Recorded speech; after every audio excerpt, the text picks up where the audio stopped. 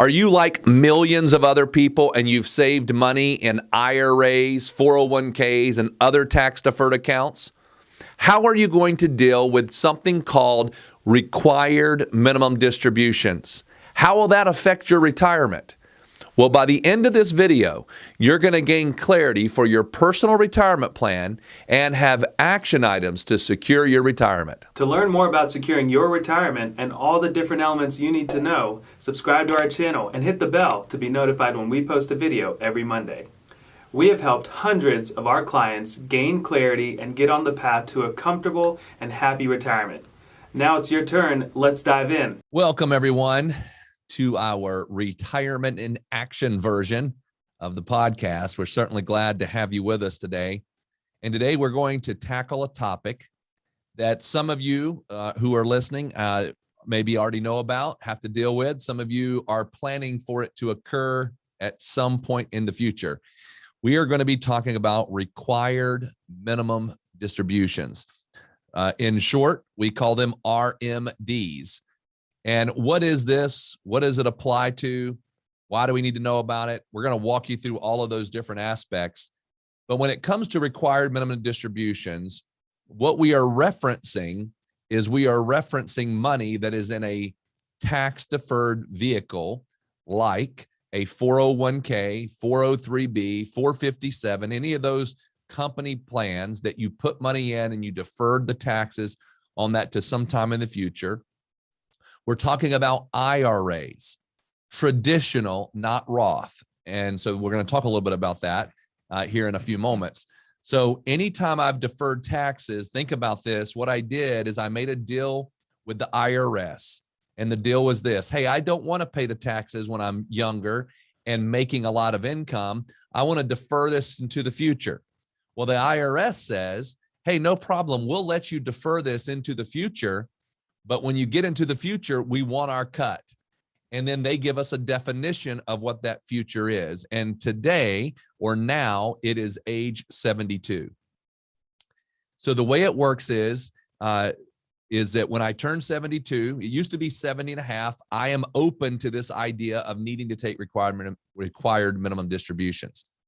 Now, that's not a bad thing. It's just a thing we need to plan for. So there's a bunch of things we need to think about when it comes to this. So Merce, can you kind of take us through all these different things to think through?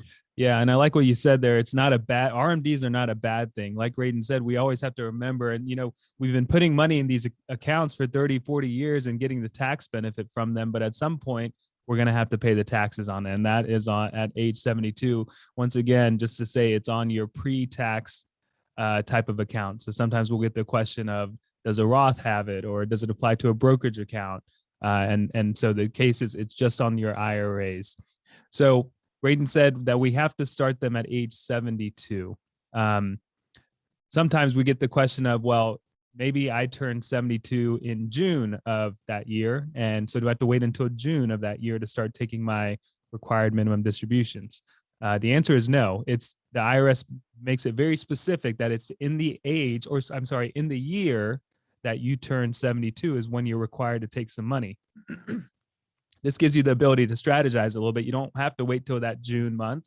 You can actually start in January while you're still 71 and take it throughout the year, or you can wait all the way until December. The big thing to remember is in the year that you turn 72, that requirement has started. And we'll talk about how that requirement is calculated towards the end of the episode, but that requirement has started at age 72, and now you have to start taking money out of there. A key thing to remember is that it has to be out by December 31st. So calendar year end, the money that you required, let's say it's $10,000, has to be out of the IRA status by calendar year end. So a lot of times this gets confused with our tax filing. If you're filing your taxes in April, and you can typically kind of play with whether or not you want to do a contribution to an account for a tax benefit in April. This is not the case for RMDs. RMDs have to be taken by 12/31 to be counted for that year. The way that they, without getting too specific, but basically the IRS has come up with a formula that says, hey, at age 72, based on some numbers, based on actuarial tables, we have a good idea as to how much longer you're going to live. your life expectancy. And so they're going to put a factor to that. And that ultimately gives us an idea as to how the calculation is done. So it's a life expectancy number. You're going to take it every single year. It's not a fixed number. It's going to rotate a little bit or ebb and flow a little bit every single year based off of the calculation. Hey, Merce, I thought since we're on that topic, why don't we do a quick example and we'll just walk somebody through the example. So at age 72, Merce just talked about this table. Just to keep that in mind, this table is based on a life expectancy table that the IRS created. It's not about your health or anything like that. It's across the board, whether you're a male or a female. And what they do is they give you that calculation and you use that as a divider. So let me just kind of give you an example. Let's say that a person had $500,000 combined in all of their different IRA accounts. So you could have an IRA at Vanguard, an IRA at Fidelity, an IRA at TD Ameritrade. It doesn't matter. You just total all of those up. And what you do is you look and say, what is my balance on December 31st of the prior year? So let's just pretend that I somehow hit miraculously right on the nose, $500,000 on December 31st. I would then take that number and then I would divide it by my factor. At age 72, the IRS says that my life expectancy at that point is 25.6 years to go. So I would divide 500,000 by 25.6, and that will equal my required minimum distribution, which is $19,531.25. So I can take more than that, but the IRS says I am required to take that out. In all essence, that's going to be added to my income. There's no flat rate on the tax, but it's going to be added to my income, and then I'm going to be taxed on that income. So just wanted to walk you through that example. And also, Merce, if you don't mind, going back to this thing about 72, can you explain what we just went through in that calculation and how a person has to think about the very first year? Because sometimes people understand that they can wait till April 1st of the next year. So can you walk through that scenario? Right. So in your first year, you turn 72, whatever year that is that you turn 72, there is one exception, and that is on your very first RMD year. So previously I said that you want to take it by 12/31 every single year. On your first year, there is one exception, and you can actually defer your first RMD until the following year into April. So you may say, well, yeah, I want to defer it as much as possible. And some people do that. Sometimes it does make sense to do that. But the thing you have to be aware of is you're deferring your first year, but you're still going to be on the hook for your second year. So let's go with that example of Braden just calculated roughly about $20,000 on that $500,000 total IRA value. $20,000 had to come out in the first year. Well, you still got to do that calculation again for year two. And let's just assume it's $20,000 again. Well, now you've got a calendar year where you've got $40,000 of income that you're adding to your overall income for the year because you decided to defer the first one. Now, once again, that can make sense. That's something that we would strategize on. For the majority of people, it makes sense to go ahead and take it in the first year that you have it. A situation where it could make sense to defer is maybe you're still working and you're not going to be working in the next year. So it makes sense to defer that income for the first year. But once again, I want to clarify that's only for the first year. Then after that, 100%, you have to take it by 12/31. Another thing I want to point out, Raiden made a good comment about you can add up all of your IRAs. So sometimes we'll get the question of, well, I've got an IRA in 5 different places. Do I have to take it from each one individually? And yes, you can take it from each one individually if you'd like. That means you're just getting 5 checks into your bank. Or you can take an aggregate amount and take it from one. The IRS doesn't care as long as they are getting their taxable revenue every single year. So if they add up all the accounts and they know that John Doe is supposed to be having an RMD of 20,000, they don't care where it comes from. If it comes from all of them or only a couple of them or just one of them, as long as they get their tax revenue, they are happy. Now, one thing we don't ever want to miss is taking our RMD for the year, because that can result in a pretty hefty penalty of up to 50%. So you definitely don't want to miss your RMD. It's very important. The IRS, as we know, loves their tax revenue. They're going to make sure that they're going to get it. So that's really some things to remember as we get closer here to the end of the year, whether you're in an RMD year or not, or you're starting to think about, hey, what is this going to be? That's just the quick things to remember as we're approaching the end of the year.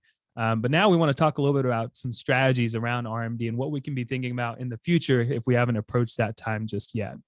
All right, so we're just going to hit 3 strategies. We're not going to go into them in extreme detail, but just high level to keep in mind.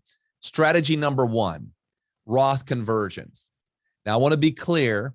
You cannot take your required minimum distribution and convert that into a Roth. That is not allowed. So what is the strategy? Well, if I know that I am going to at some point have to take this money out and take, required minimum distribution, I can do Roth conversions prior to age 72 and reduce the amount of my IRA that's going to be required. Why would I do that? Well, if I convert today, let's give you an example. Let's say I'm 62 and I want to come up with a strategy that for the next 9 years, I'm going to convert as much traditional IRA as possible. I can convert it at what I know my tax bracket is today, and I can get that over into a tax-free account because, by the way, there is no required minimum distribution on a Roth. So I get it converted. I get to 72. My money now is growing in that Roth for as long as I live, and I can leave it to the next generation, and there's never going to be tax due on that account again. I don't have to worry about the required minimum distributions.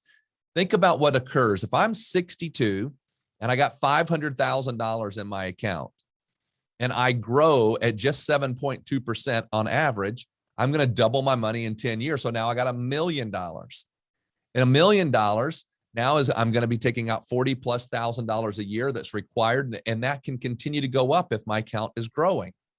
So I'm controlling it. I'm just coming up with a strategy to control it.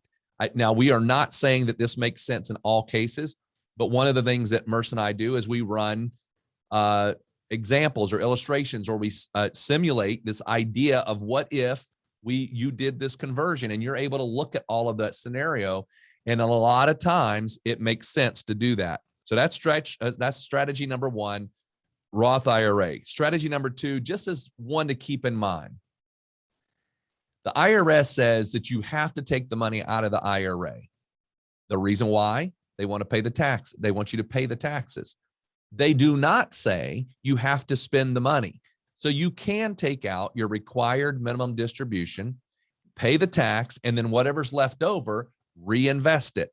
In a lot of our illustrations, we show the unused required minimum distributions going into another account and actually continuing to grow that account so that you still have that money in the future. Sometimes people think, I got to take the money out of the IRA. It's gone. No, only the tax is gone, and that's good enough, but you are not required to spend the money. So number 1, Roth conversions. Number 2, reinvest the money after taxes. Now there's a third one. I'm going to let Merce talk about this one. Yeah. And so the third one it's called a qualified charitable distribution. It's also referenced to as a QCD.